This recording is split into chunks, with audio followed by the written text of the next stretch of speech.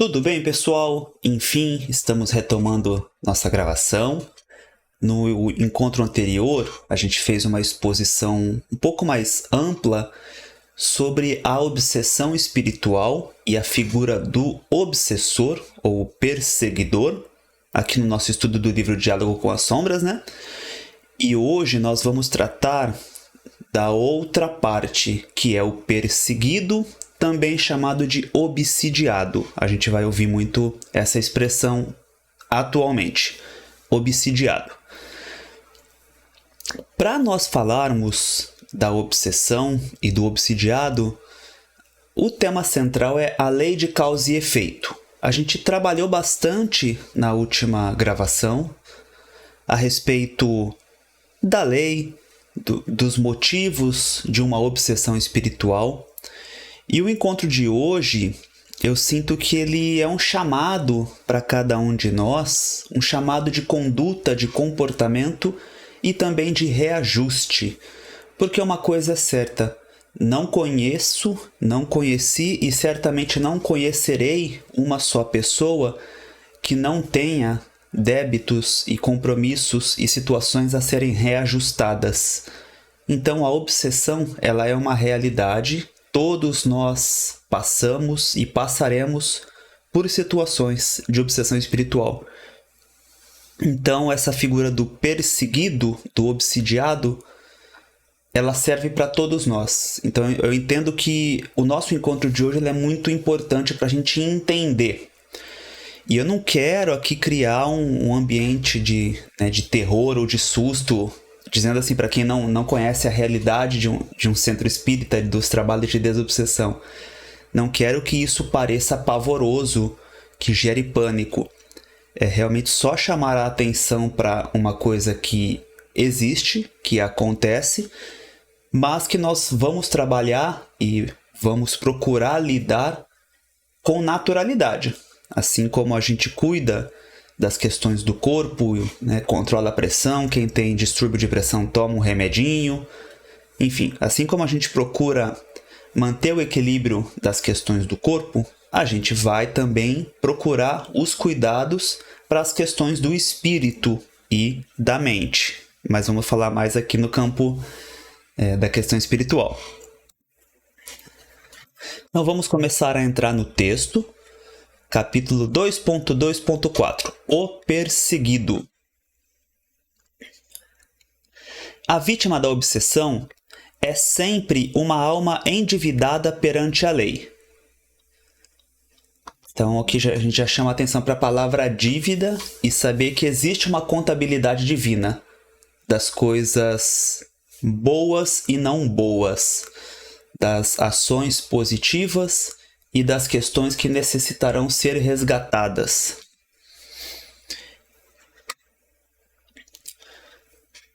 Então, a vítima é sempre uma alma endividada perante a lei. De alguma forma grave, no passado mais recente ou mais remoto, desrespeitou seriamente a lei universal da fraternidade, vindo a colher, como consequência inexorável, o sofrimento. Quando a gente fala de fraternidade, a gente tem que pensar em família universal, naquela questão de sermos irmãos e de não fazer para o próximo aquilo que não gostaríamos que fizesse com a gente.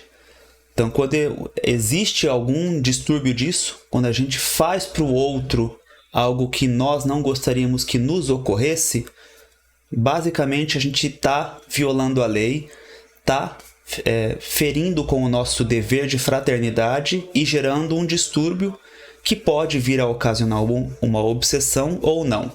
Vai depender da qualidade do espírito que sofreu aquele ataque e também de como que outros espíritos eventualmente vão enxergar essa falta. A gente vai falar um pouco mais sobre isso mais para frente. A falta cometida contra o semelhante expõe seu autor aos azares do resgate, mesmo que a vítima o tenha perdoado imediatamente. Muitas vezes, a vingança como que se despersonaliza, passando a ser exercida não por aquele que foi prejudicado, mas por alguém em seu nome, ainda que não autorizado por ele.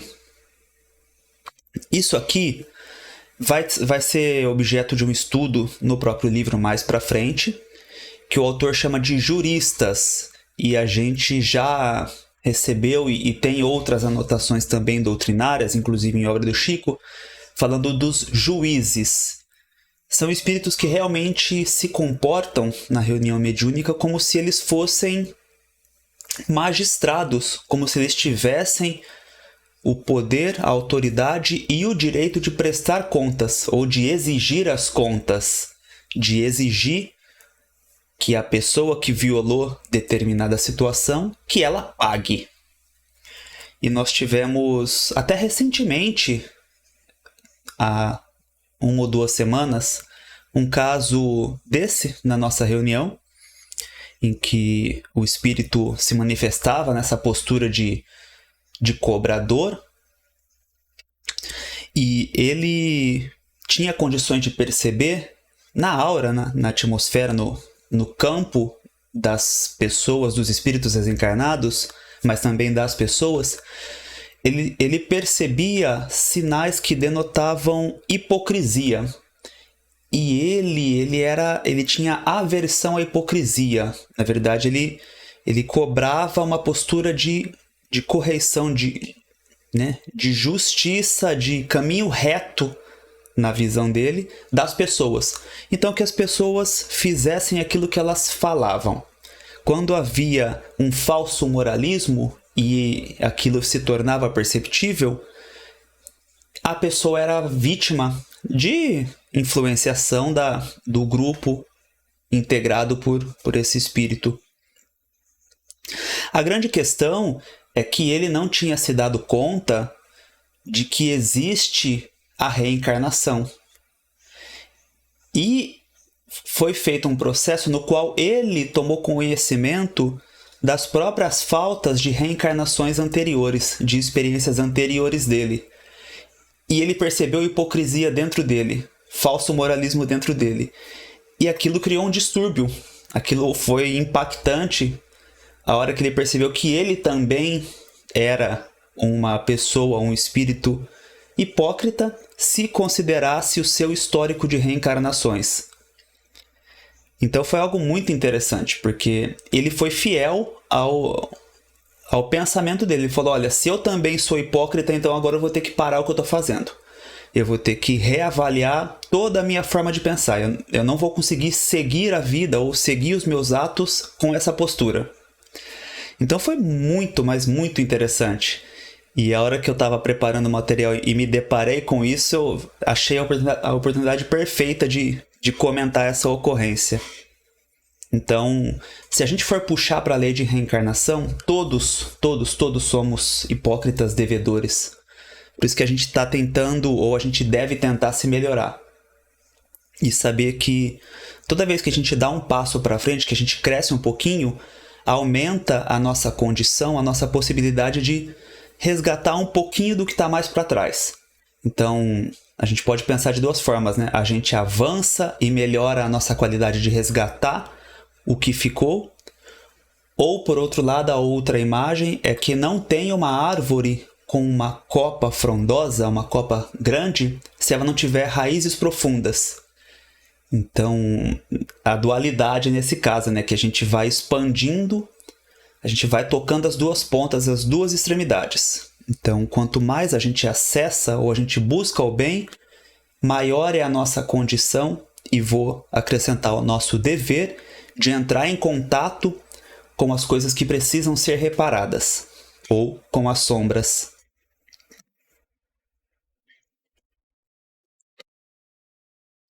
Então, para o nosso texto. Muitas vezes a vingança como que se despersonaliza, passando a ser exercida não por aquele que foi prejudicado, mas por alguém em seu nome, ainda que não autorizado por ele. Não importa que o perseguido ou obsidiado esteja na carne ou no mundo espiritual. Não importa que se lembre ou não da ofensa. Não importa que a falta tenha sido cometida nesta ou em remotas existências. O vingador implacável acaba descobrindo o seu antigo algoz, mesmo que este se oculte sob os mais bem elaborados disfarces, ligando-se a ele por largo tempo, vida após vida, aqui e no espaço, alucinado pelo ódio que não conhece limites e nem barreiras. Acho que o que merece destaque nessa passagem é a parte que diz que não importa que se lembre ou não da ofensa, porque a gente carrega os registros das nossas faltas. Cada espírito tem condições, ele tem a expertise de acessar diversas camadas de informações. A camada mais externa e mais perceptível é aquela que é lançada, que é projetada na aura de uma maneira muito constante. E provavelmente é aquilo que nós estamos passando e que é latente.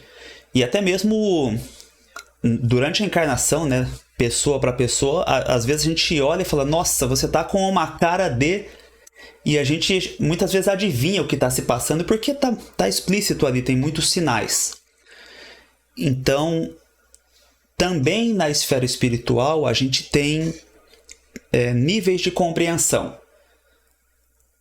Algumas entidades, elas, vamos pensar nas pessoas que têm vasto conhecimento na informática. Vamos pensar quando ou tem um hacker ou alguém que trabalha, né, para a polícia científica e para a investigação, que pega o computador e começa a vasculhar os arquivos e consegue procurar aquilo que é necessário encontrar. Coisa que a gente, que é leigo, jamais conseguiria fazer. Quebrar senhas e entrar nos registros e começar a levantar certas informações, tudo o que está arquivado, tudo o que é possível e permitido pela lei divina no nosso exemplo prático aqui que a gente vai trazer. Algumas entidades acabam fazendo isso, conforme a permissão divina, o quanto elas conseguiram aprofundar nos conhecimentos técnicos, elas também vão conseguindo romper algumas camadas vibratórias. E a informação está gravada, ela está registrada. A informação, tudo o que se passou é matéria. E a matéria, de alguma forma, ela está impregnada no nosso perispírito. E para mim não é difícil pensar e falar sobre isso, especialmente porque a gente vive na era digital. E as próprias ondas, elas estão transmitindo informação.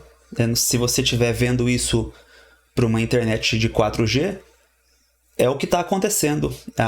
A informação, todo o conteúdo, ele está sendo interpretado pelo seu aparelho, analisando esta onda. E é o mesmo processo. É exatamente dessa maneira que se dá. E algumas entidades conseguem fazer um trabalho mais aprofundado, de entrar em contato com certas ou informações ou tendências, às vezes não exatamente conseguir acessar conteúdos profundos, mas certas tendências que partem de uma camada mais interna e chegam também na aura, mas elas chegam de forma menos perceptível. Então quem tem essa expertise consegue rastrear. A gente pensar na figura do sommelier, por exemplo, ou das pessoas, né? Os programas de chefe de gastronomia, que consegue perceber sutilezas do sabor, porque tem um treino, se capacitaram para isso. E da mesma forma os espíritos, tanto os bons quanto aqueles que estão no caminho das sombras. Mas pensar que assim, só acontece aquilo que Deus permite.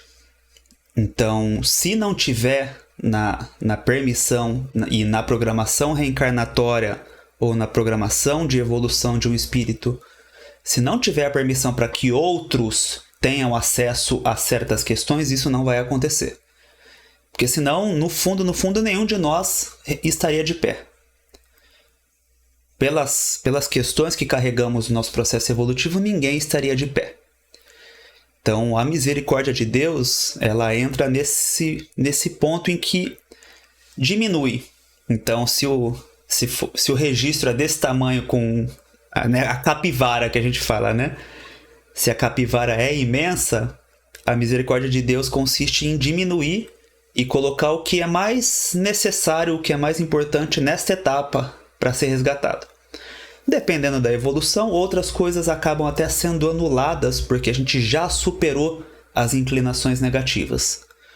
Então, um processo de resgate, a gente tem que pensar aí que a gente chama da capivara mesmo, né? Porque o interesse de Deus não é punir, o interesse é fazer progredir. Então, a gente não carrega a visão de um Deus vingativo, não tem vingança na lei divina. Nós temos isso aqui, a gente tem esse ímpeto de vingança e a gente com requintes de crueldade. Mas isso é a oposição da lei de Deus.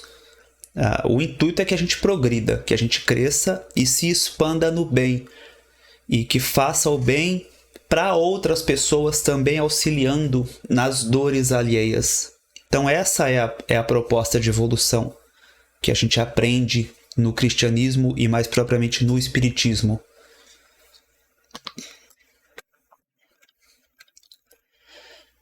Aqui tem a menção sobre um livro, acredito que eu comentei no último encontro, que chama Dramas da Obsessão. E só uma pequena passagem. A narrativa é do Dr. Bezerra de Menezes, médium Ivone do Amaral Pereira. Vem o trecho. Aterrorizado ante as vinditas atrozes movidas pelos espíritos de seus antigos amos de Lisboa, o espírito João José preferiu ocultar-se em uma encarnação de formas femininas, esperançado de que assim disfarçado não pudesse ser reconhecido. Enganou-se, porém, visto que sua própria organização psíquica atraiçoou-o, modelando traços fisionômicos e anormalidades físicas idênticas ao que arrastara na época citada. Uma vez identificado o antigo devedor, mesmo sob formas femininas, desencadeou-se sobre ele toda a tormenta da obsessão. Este livro, Dramas da Obsessão, ele é muito, mas muito bom para quem quer entender esse processo da lei de causa e efeito e o quanto pode vir de sofrimento a partir de uma obsessão espiritual. Ele realmente é muito impactante, assim, chama muito a atenção. E traz ali o cenário da Inquisição, e a gente sabe ou tem notícia de algumas coisas que foram realizadas, que foram feitas pelos perseguidores. E enfim, é muito sofrimento que depois também o resgate é muito, mas muito doloroso e muito trabalhoso para o trabalho da espiritualidade, dos benfeitores, de tentar promover esse reajuste. E no caso mencionado aqui, houve a tentativa de trocar. Então, se era um corpo masculino, se o perseguido ele era conhecido ali na estrutura masculina, houve a permissão nessa tentativa de reencarnar num corpo feminino para ver se diminuía ou se afastava do campo de visão os obsessores. Mas no fundo assim não surtiu efeito, não foi da maneira como essa entidade gostaria, e além de não conseguir afastar, também houve ali dificuldade na forma do corpo físico, né? A modelagem do perispírito não estava completamente perfeita para essa veste. Então, também veio já como uma situação de resgate ali um corpo com formas estranhas.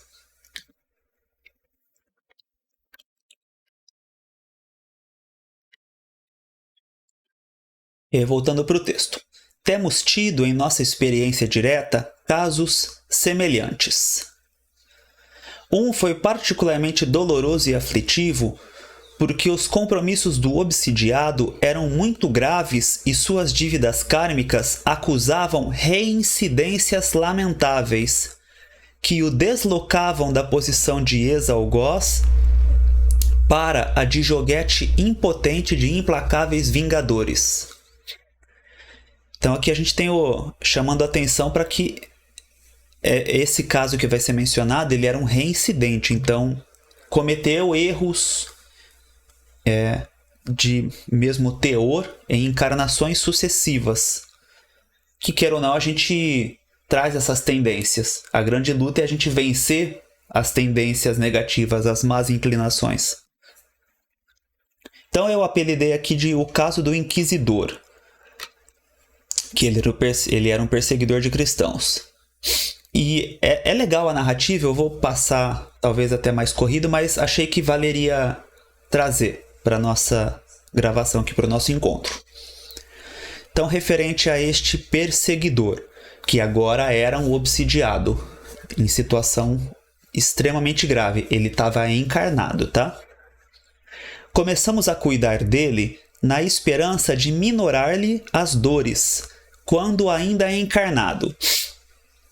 Por algum tempo, conseguimos aliviar a pressão que se exercia dia e noite sobre ele e sua família. Em nosso grupo, assistimos a um trágico e incessante desfile de companheiros desarmonizados que enxameavam em torno dele, cada qual mais revoltado e odiento. Seus compromissos eram tantos e tão sérios que não conseguimos livrá-lo de suas dores, embora tenhamos alcançado, com a graça de Deus, apaziguar muitos dos seus temíveis carrascos e atraí-los para as tarefas de recuperação. Então aqui chama-se a atenção para a quantidade de obsessores ou de espíritos que buscavam a sua justiça. Porque é difícil a gente falar quem que é o obsessor, né? Então, entidades que se sentiam injustiçadas e queriam exercer a justiça, a reparação que elas achavam que era justa, impor o sofrimento. E aqui vem uma situação legal. Como o seu caso tinha implicações profundas com o nosso plano geral de trabalho, segundo nos explicaram nossos mentores, tratamos dele por muito tempo ainda, havendo neste livro várias referências esparsas sobre ele, com os cuidados necessários para não identificá-lo. O que eu gostei muito aqui é o autor ter trazido a explicação dos mentores de que o caso tinha implicações profundas com o plano de trabalho. É interessante que nós não costumamos pensar exatamente em como que funciona a sabedoria divina. Mas hoje, com o que a gente tem aí da matemática aprofundada, das ideias sobre dados e inteligência artificial e o quanto um banco de dados bem trabalhado ele consegue concatenar, consegue criar variáveis para um acontecimento, a gente pode pensar muito facilmente que aquela coisa que a gente fala, não tem coincidência. Essa visão das muitas e muitas e muitas variáveis que estão nessa base de dados infinita, gerida e acionada por Deus, isso acontece também nos trabalhos mediúnicos.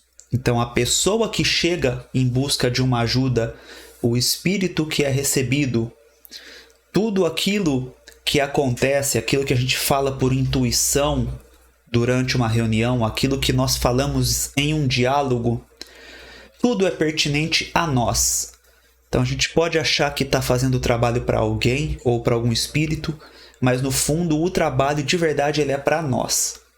Lógico, vai ter o efeito, é fundamental aquilo, mas a gente tem que estar atento para a nossa parte, para aquilo que a gente tem que receber do trabalho.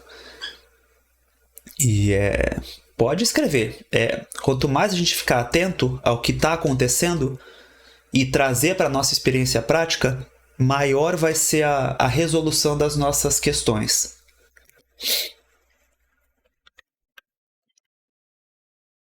Verdadeira multidão de espíritos atormentava este irmão, jovem ainda na carne. Ao que me disse certa vez um de seus obsessores, custaram um pouco a identificá-lo em sua nova roupagem.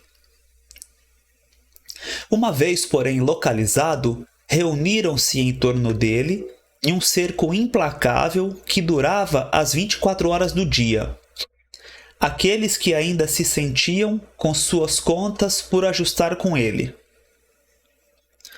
Então, um trabalho conjunto e de revezamento para perturbar esse irmão encarnado, né? Seguiam-no nos seus afazeres diários e o atormentavam durante o desprendimento do sono. Espetavam-lhe agulhas, entre aspas, agulhas de todos os tamanhos. Impunham-lhe longos períodos de alienação. Sopravam-lhe constantemente a ideia do suicídio. Tomavam-lhe o corpo inúmeras vezes para as mais tresloucadas atitudes, para fugas, caminhadas, crises de mutismo, ou seja, silenciar, né? Postavam-se diante de sua visão espiritual sob formas monstruosas.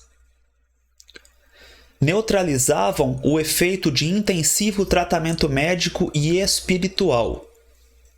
Indispunham-no com a família e descontrolavam-lhe o pensamento, descoordenando-lhe as ideias. Quer dizer, afetava em todos os âmbitos. E eu chamo a atenção para algo que está aqui, ó. Postavam-se diante de sua visão espiritual sob formas monstruosas. Do quanto a gente já abordou, e analisando aqui o tanto de aflição e a forma como elas eram recebidas pela pessoa, por esse encarnado, muito provavelmente ele tinha essa faculdade da mediunidade um pouco mais aflorada, ou bastante, ainda que eventualmente não soubesse. O texto não diz. Mas as obsessões elas ficam mais graves quando a gente tem a questão da mediunidade, e também eu vejo a importância da mediunidade para a gente tomar conhecimento do que está acontecendo e correr atrás de uma recuperação, de uma regeneração. Então não é olhar o lado ruim da mediunidade, é olhar que ela está sendo uma janela para a gente reajustar. E como nós sabemos, muitas vezes existe um pedido da nossa parte na hora de reencarnar para conseguir recuperar, regenerar algumas coisas. E a mediunidade ela é um veículo de regeneração. De novo, né? A gente acha que está ajudando espíritos, mas a gente está se ajudando, está trabalhando pelo nosso resgate.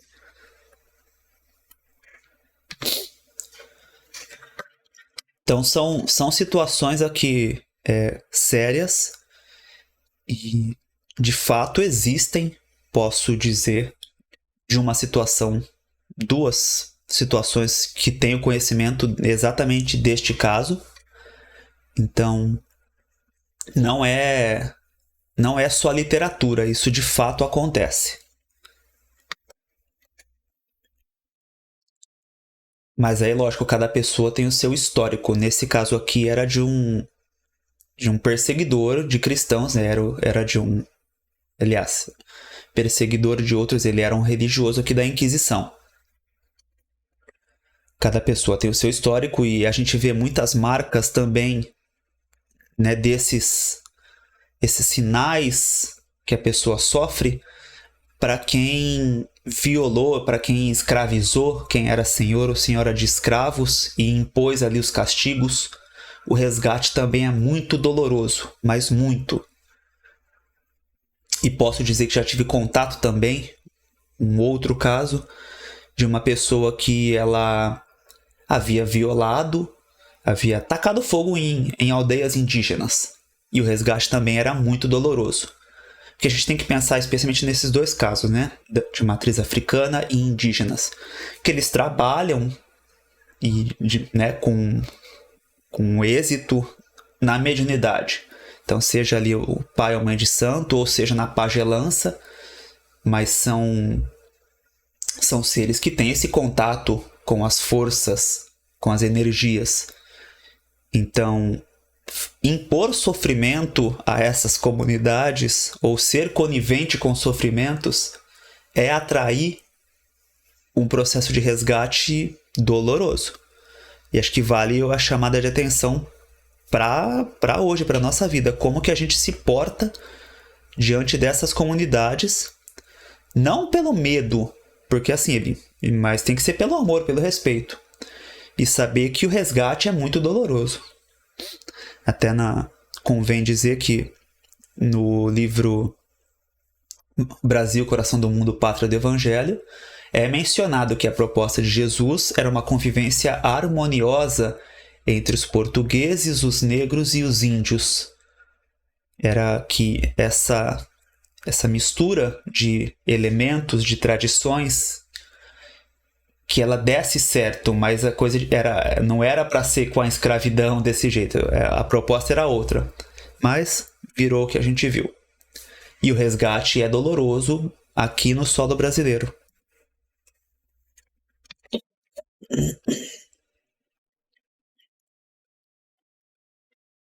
Daí eu destaquei aqui. Então o autor passa a falar sobre o perdão. Eu pulei fragmentos do texto, que ele falava mais algumas coisas, mas acho que o que a gente tem que tomar de mensagem agora é a reflexão sobre o perdão. Os desencarnados são mais vulneráveis do que os encarnados, pois estes dispõem do esconderijo do corpo físico e se acham beneficiados pelo esquecimento temporário de suas faltas, o que, de certa forma, lhes dá alguma trégua, em virtude do descondicionamento vibratório. Parece que ficou difícil, né? Quando a gente está encarnado, nós estamos muito ligados nos sentidos físicos e no que está se passando na nossa encarnação. Então, o foco da nossa atenção é a nossa encarnação. Mas nós temos todo o inconsciente, que, como a gente sabe, é a grande parte do iceberg, né? O que a gente tem consciência é só a pontinha. Porém, é o que a gente olha e é onde está a nossa atenção. Por isso que se fala que é inconsciente a questão de nós não lembrarmos das nossas faltas. E ainda que tentem fazer a gente lembrar, é muito difícil tirar a energia que nós colocamos nos sentidos físicos. Quando a gente está na situação espiritual, quando nós estamos falando de desencarnados, eles têm a questão de plasmar muito fácil. Então, se qualquer entidade consegue acessar uma memória ou uma situação de outra vida, aquilo se projeta na tela mental do espírito, ele entra em contato com aquilo e ele automaticamente começa a plasmar um cenário. Lógico, né? Se ele não sabe se defender, se ele não tem recursos para se defender, ele acaba virando vítima de memórias que estão sendo manipuladas para ele plasmar um cenário. Então isso é mais difícil de se fazer aqui na encarnação. Não que não tenham, a gente tem pessoas que sabem impor aflições, seja através de uma hipnose bem treinada, ou seja através dessas condutas que levam a castração e violações a nível psíquico muito grande. Mas é mais difícil na situação espiritual, isso é muito mais corriqueiro. A lembrança constante dos crimes que cometemos nos mantém sintonizados com os perseguidores, e eles tudo fazem para que não nos esqueçamos dos erros praticados. Enquanto estamos remoendo nossas faltas, continuamos ligados aos obsessores. E aqui, quando a gente está falando de situação espiritual, seja no encarnado, seja no desencarnado, nós temos uma realidade, eu vou chamar assim, porque para nós que vivemos a reunião mediúnica isso é uma realidade, de tecnologias invisíveis, e aí vão chamar de chip ou do que quer que seja, que são implantados para ou aguçar ou criar, enfim, para gerar um distúrbio e aprofundar processos de culpa, de distúrbio emocional, distúrbio mental. Então, tem muitos processos obsessivos que a entidade simplesmente conseguiu fazer ali, instalar um dispositivo, uma tecnologia, que por si só está dando conta de causar a perturbação necessária. Então, nem certas entidades obsessoras especializadas e bem relacionadas nem precisam ficar ali num trabalho constante para desestruturar alguém. Usam de tecnologias assim como nós utilizamos aqui na encarnação, para outros fins. Mas existe tecnologia do outro lado, e muito mais desenvolvida, que pode ajudar e pode prejudicar. Como a nossa faixa vibratória ainda é muito da maldade, né? Das coisas não boas, a gente está mais sujeito a isso. Um dia vamos ter desenvolvimento para entrar em contato com tecnologias positivas, né? Física e espiritual. Ou fazer bom uso das tecnologias.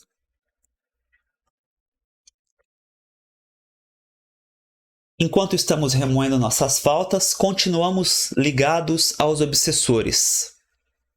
Se a gente pensa, a gente irradia. Se a gente irradia, a gente está pensando, a gente criou uma faixa de conexão.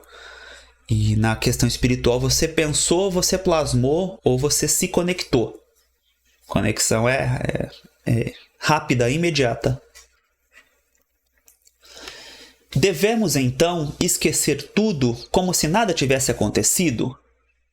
Não, certamente. O arrependimento, porém, tem que ser construtivo, ou seja, ele não deve paralisar-nos. É que aí o que paralisa é a culpa, né? A gente não pode ficar nesse processo de culpa autodestrutiva. Cientes ou não da gravidade de nossas faltas, e sem dúvida alguma praticamos-las abundantemente no passado, é imperioso que nos voltemos para as tarefas de reconstrução interior, de dedicação aos semelhantes que sofrem, de policiamento de nossas atitudes, palavras e pensamentos. Ou seja, reforma íntima, que é a máxima proposta do Espiritismo. É preciso orar, servir, buscar reacender a chamazinha do amor que existe em todos nós. E em um vídeo anterior a gente falou que todo mundo traz dentro de si um pontinho, numa linguagem moderna a gente pode falar um pixel, em uma linguagem antiga a gente pode falar um grão de mostarda, que é um pontinho do amor, da nossa identidade cósmica. Mas existe um ponto de conexão do amor que, por mais que a gente tente soterrar, ele está lá, ninguém vai tirar. E é possível, existe um momento em que esse pontinho vai acender, que ele vai entrar em ação. E daí é como se fosse mas numa visão boa, é como se fosse o furacão que começa a movimentar tudo que está ao redor e vai ganhando força. Mas vamos pensar isso em um processo positivo, não de destruição, mas de regeneração. Acontece desta maneira. Energeticamente inclusive até um movimento de chakras, enfim, a gente pode tomar como similar essa questão do giro, mas não quero ficar preso nessas coisas aqui não. Acho importante a figura, essa imagem da transformação, do grãozinho de mostarda que todos temos para despertar no amor.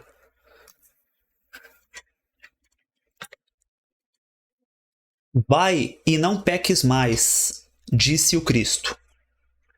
Por muito tempo se pensou que isso fosse apenas um tema sugestivo para pregar sermões bonitos. Hoje sabemos da profunda realidade que encerra o ensino evangélico. O Cristo sempre ligou o problema do sofrimento, físico ou espiritual, ao do erro. Então, uma ligação direta entre sofrimento e erro.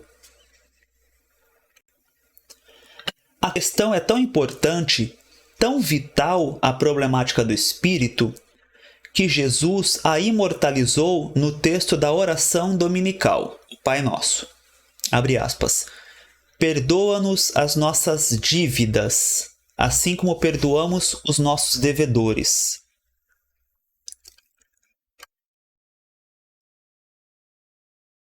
Eu gosto de uma ponderação em cima disso. Esse silêncio é para analisar se eu diria ou não.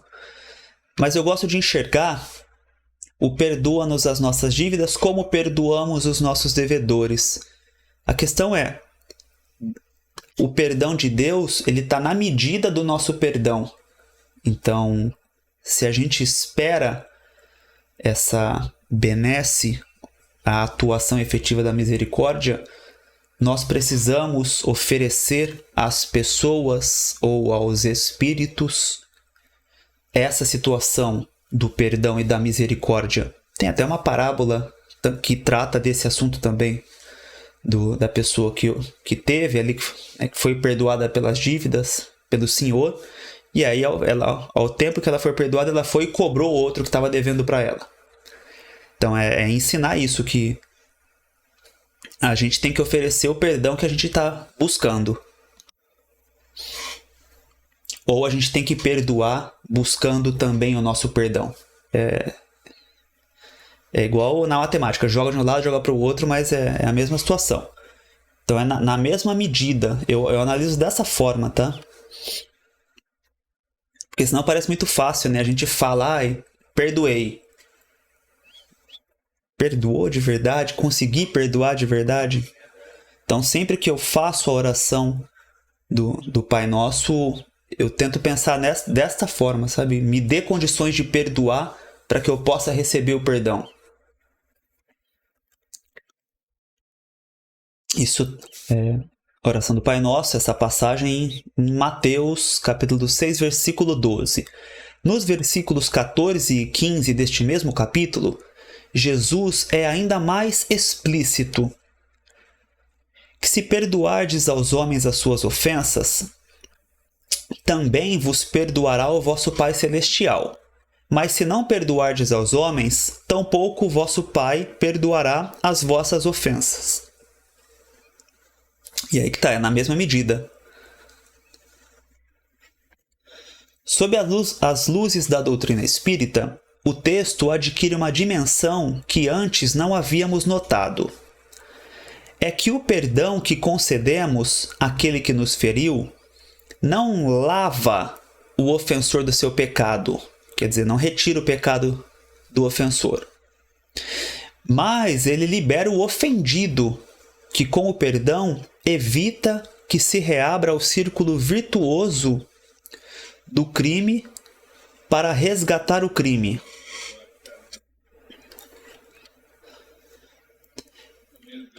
Eu gosto de sempre expor e levar a seguinte visão. Se nós temos uma ligação de reajuste, de débito, de obsessão, geralmente o espírito que está ali, consciente do que ele sofreu, ele está cobrando de nós. E normalmente nós estamos nessa postura do perseguido ou nessa postura de sofrimento, recebendo aquilo que a entidade está projetando em nós. E a gente fala, nossa, né? Tem alguém me perseguindo, tem um espírito me perseguindo. Mas a gente tem que lembrar que nós também somos espíritos. Encarnados ou não, a gente também é espírito. E nós também temos força vibratória e poder de influenciar a entidade que atua sobre nós. Já existe uma conexão. O que ele vibra nos afeta e o que nós vibramos afeta a ele também. Normalmente a gente não pensa nisso. Então é muito pertinente para essa situação do trabalho, da desobsessão, que a gente cuide da nossa qualidade vibratória, procurando manifestar uma atmosfera de perdão, de acolhimento e de reconhecer, ainda que a gente não lembre, mas de reconhecer em algum grau a existência de uma dívida, de um erro, de uma violação de direito, independentemente de a gente lembrar, mas que a gente quer tentar consertar. Então, assumir uma postura de consciência e responsabilidade e procurar irradiar o perdão é oferecer, como a gente aprende, oferecer a outra face. Isso é possível, é viável e necessário numa situação de obsessão. Então, é fundamental que a gente reverta a vibração. Se vem ao nosso encontro uma vibração de perturbação e de ódio, vamos reverter. É isso, né? Vamos pensar nesse diálogo mental. É isso que você quer irradiar para mim? Tá bom. O que eu vou irradiar para você, mas não é isso. O que eu quero irradiar para você, o que eu desejo sinceramente é isso aqui. E projeta. E oferece. E busca o seu melhor, o melhor que você tem, para criar realmente uma atmosfera na qual você se sinta forte e faça chegar essa energia no espírito. Porque ele sente. Sente e causa transformação. O grãozinho de mostarda ele também tem. Por mais que possa estar ofendido, esse grãozinho tem. A questão é o quanto é difícil ou não chegar até ele para acender o pontinho ali da luz, do amor. Mas é possível. Todos os casos é possível. Pode demorar mais ou menos, mas é possível. Por isso que a gente não pode desistir de um tratamento, de uma busca de libertação espiritual. A gente não pode ficar pelo caminho, a gente tem que seguir, tem que aplicar toda a energia, todo o esforço para isso. Lógico, cuidar da nossa vida material, procurar se melhorar, nossas responsabilidades perante as pessoas e a nossa vida, mas ter esse esforço nas questões espirituais. Não podemos deixar para depois e deixar para lá.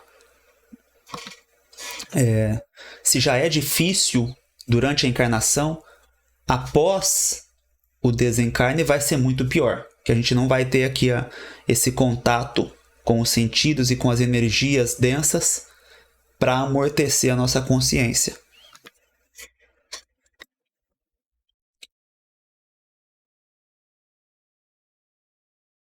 Por muito tempo, achamos que toda essa doutrina do perdão fosse apenas um belo conjunto de figuras de retórica. A doutrina dos espíritos veio propor-nos um entendimento infinitamente mais racional e objetivo, o de que o perdão liberta. Não é simples teoria, é uma verdade que o Cristo nos ensinou, mas que tanto temos relutado em experimentar.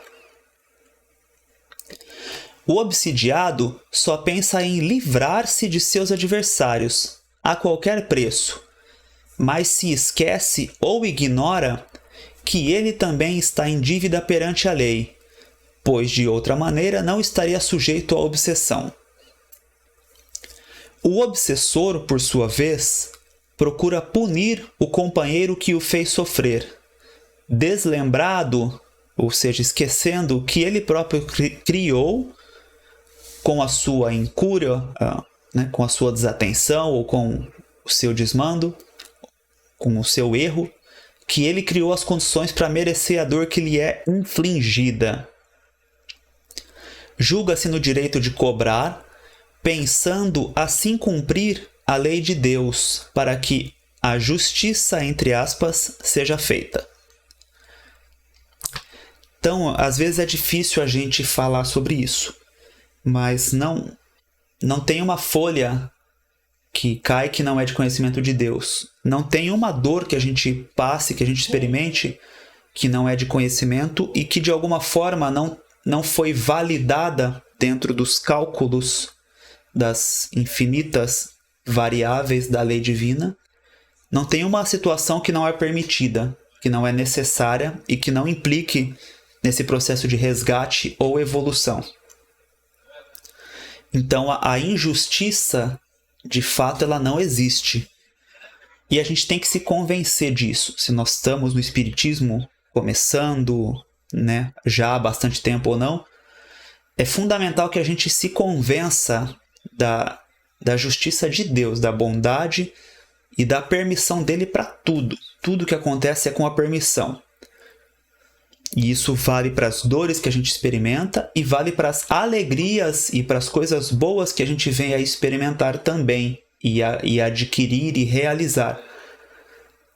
Porque, por outro lado, nós também tendemos a muitas vezes não se achar merecedor de uma conquista, de uma realização, de uma posição que a gente alcançou.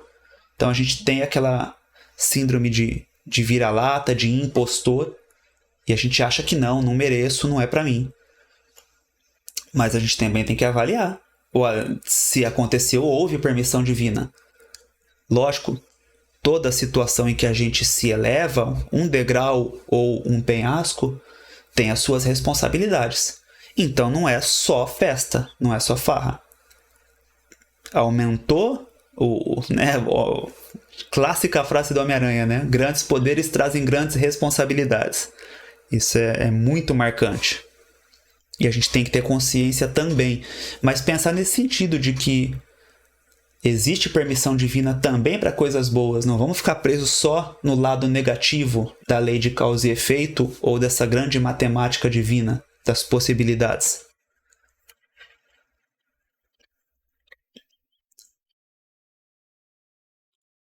Com frequência, os perseguidos apresentam-se em nossos grupos nos primeiros momentos da libertação. Ou seja, quando chega na casa espírita, na desobsessão ali, já se passou um longo período de sofrimento. Quantos dramas, Senhor, vêm transidos de pavor, cansados de prisões tenebrosas, fugindo de obsessões que lhes parecem terem durado uma eternidade. Esgotaram todo o cálice de profundas amarguras, sofreram todos os tormentos, passaram por todas as humilhações, submeteram-se a caprichos e desmandos, cumpriram ordens iníquas. Isso a gente vê bastante. Geralmente a entidade chega quando ela já está no fundo do poço. E aí ela entende, ela lembra daquele pontinho do grãozinho. E só de pensar nisso, tudo vira. Um desses nos disse que estivera em um desses calabouços infectos de trevas, onde nem chorar podia. Passaram-se séculos. Só nos pôde dizer que foi um sacerdote e que traiu alguém.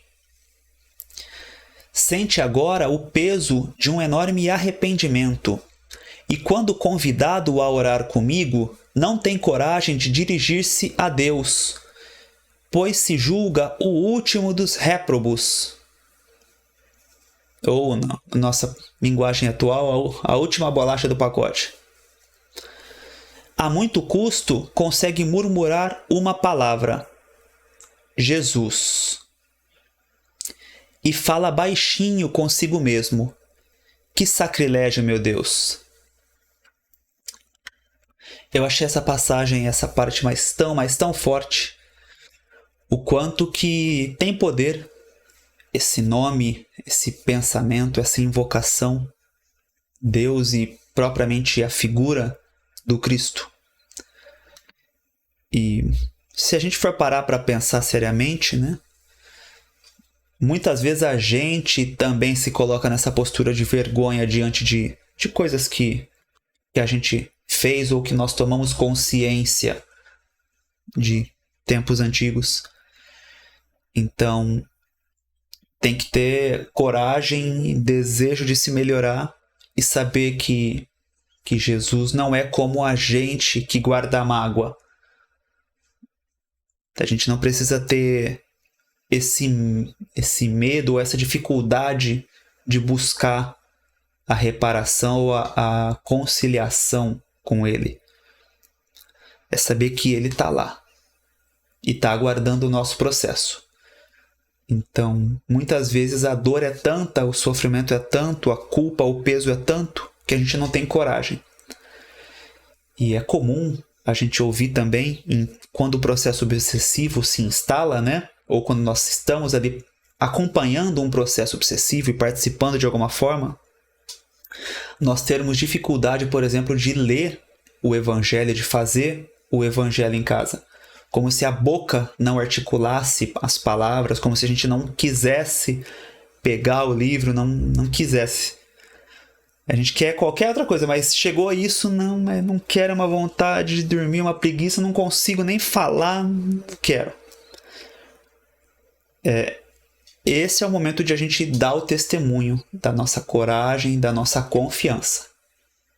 Sempre que isso acontece, já aconteceu comigo certas vezes, e vejo e ouço acontecer muitas vezes com outras pessoas, nós temos que pensar, quando a gente está passando por essa dificuldade, eu lembro, para mim, eu mentalizo aquela situação do soldado da guerra que ele está rastejando para conseguir passar, né, todos os obstáculos possíveis, né, tem que se preservar de alguma forma, então ele está rastejando ali, mas ele está aplicando esforço para chegar.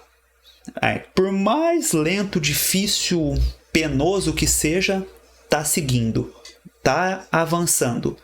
E a gente tem que ser assim. Quando as forças contrárias se apresentam num cenário de guerra e de perturbação intensa, a gente tem que lembrar e assumir essa postura do soldado que está rastejando e confiar que a gente vai conseguir. Então, pega o evangelho e faz a oração. Não deixa para depois. Não tem depois nessas situações. Senão é o receio de a gente ficar pelo caminho. Então a gente tem que ir contra todas as vontades. As vontades contrárias. A gente tem que conseguir.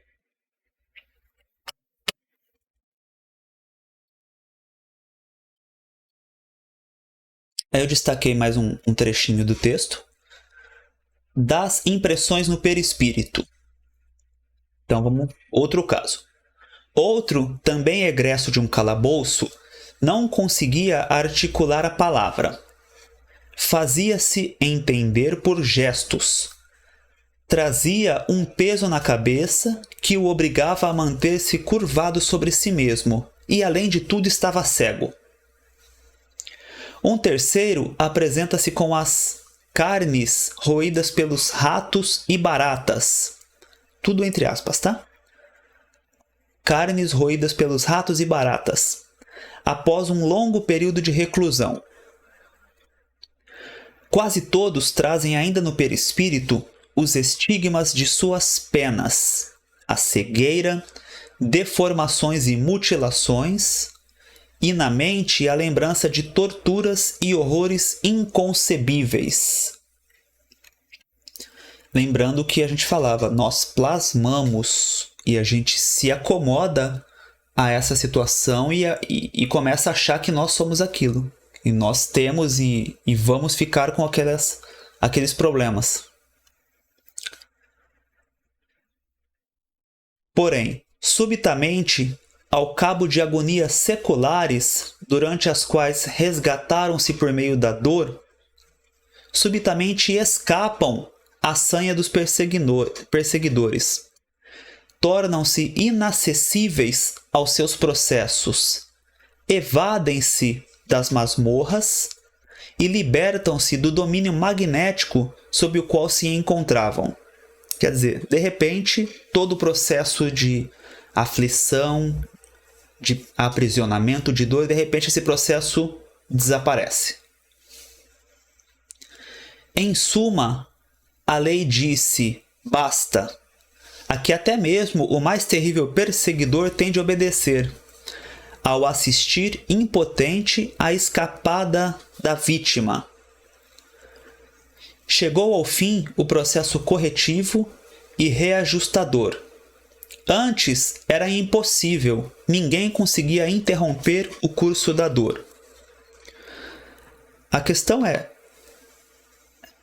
as entidades obsessoras, elas vão até onde a lei permite, a lei divina. Chegou o ponto em que a lei, que se entendeu que a lei está cumprida, os débitos estão resgatados, não há o que ser feito. o espírito torna-se inacessível às impressões ou às perseguições. Nós recebemos já algumas entidades que elas têm como se fosse um faro apurado para compreender esses limites da lei divina. Então, também da forma como eles visualizavam certas frequências, certas cores, questões que estavam na aura da pessoa, eles sabiam o quanto era possível fazer ali, instalar ou aprimorar uma obsessão, e quando não era mais possível. E esses eram bem estudados. Então, eles gerenciavam processos obsessivos em várias pessoas. Eram, algumas entidades ali que faziam uma gestão de processos obsessivos, algo bem estruturado. E ele falava com muita naturalidade, falava, olha, naquele caso não adianta, aquele caso já não tem a situação da obsessão, já não tem permissão para fazer aquilo.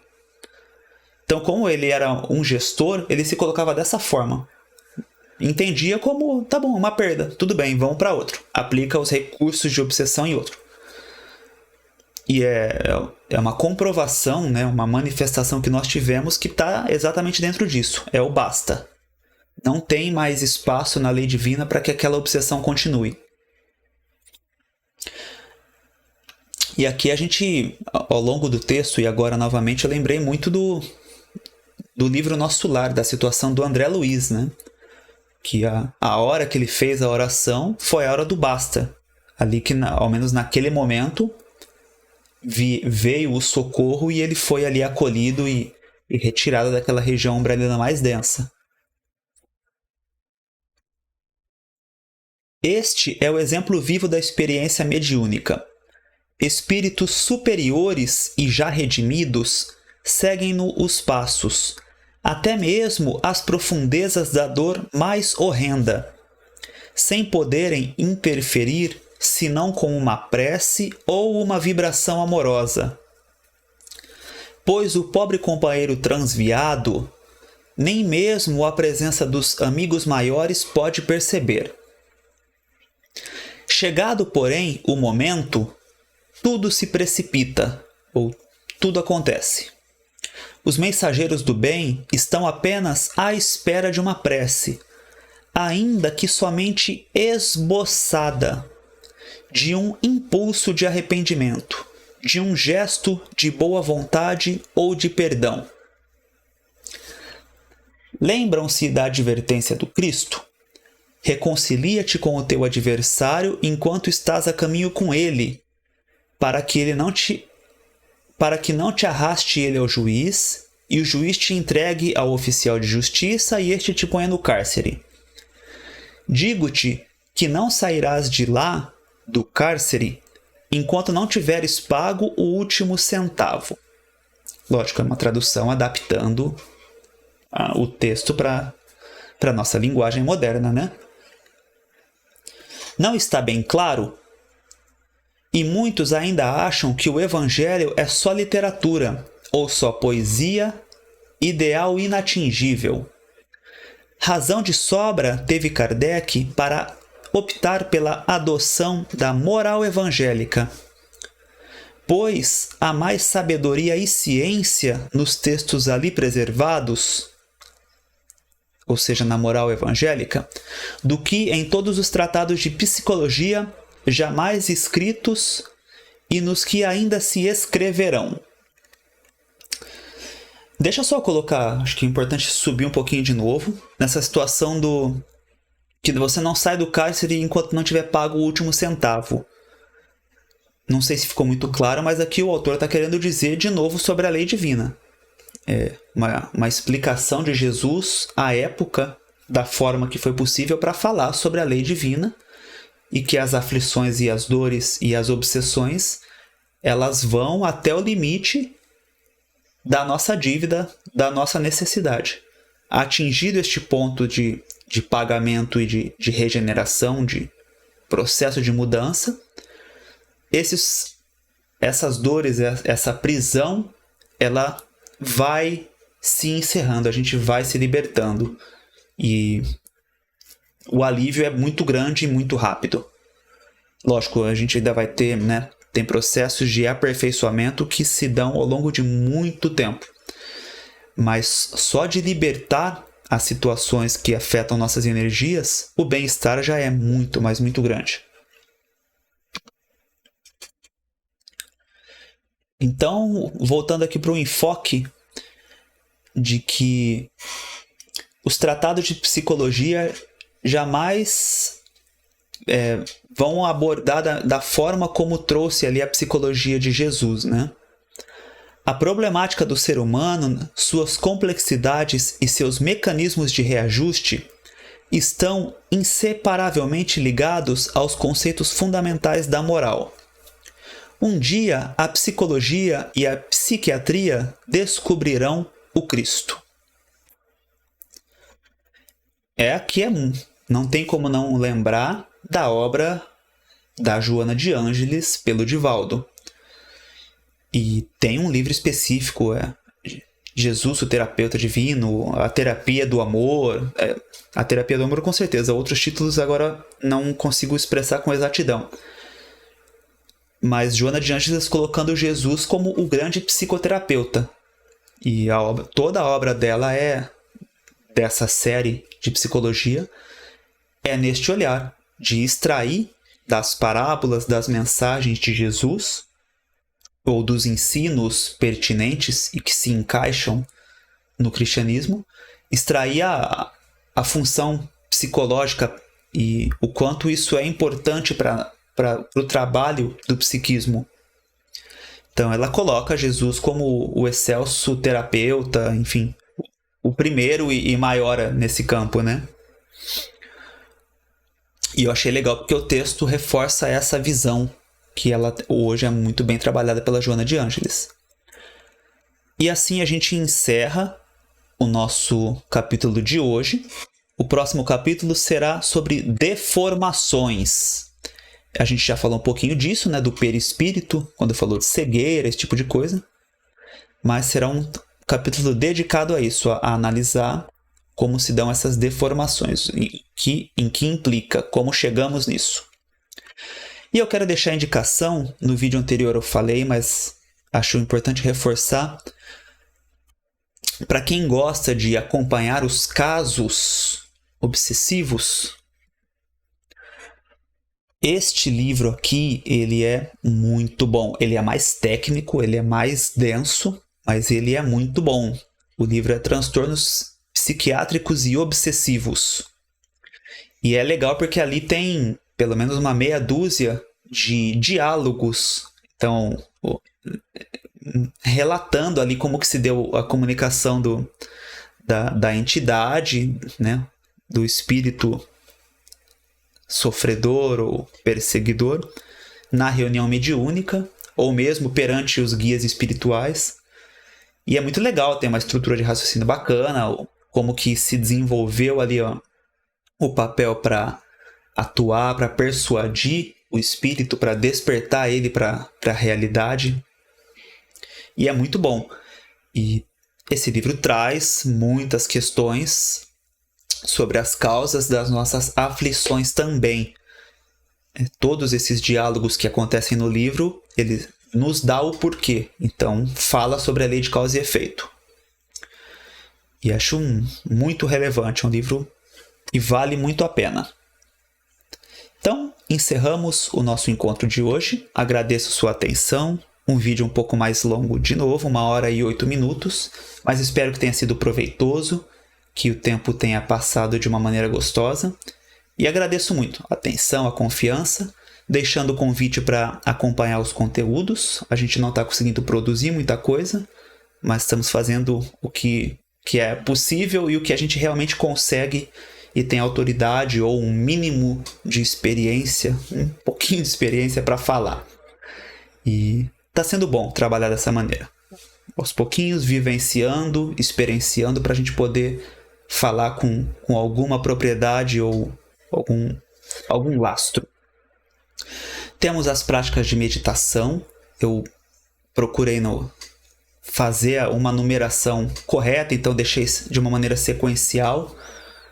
E é interessante se a gente puder acompanhar desde a primeira, porque ela vai nos levando num processo de aprimoramento também. E eu recebi a intuição de fazer desta maneira e de propor desta maneira, de deixar tudo bem organizadinho para a gente fazer de forma sequencial, se possível. Então, palavras finais, se puder contribuir com o curtir, compartilhar, enfim, levar o apoio e oferecer para quem possa se interessar, é como a gente gostaria de ver essa mensagem espalhada por aí. Então, muito obrigado, um grande abraço.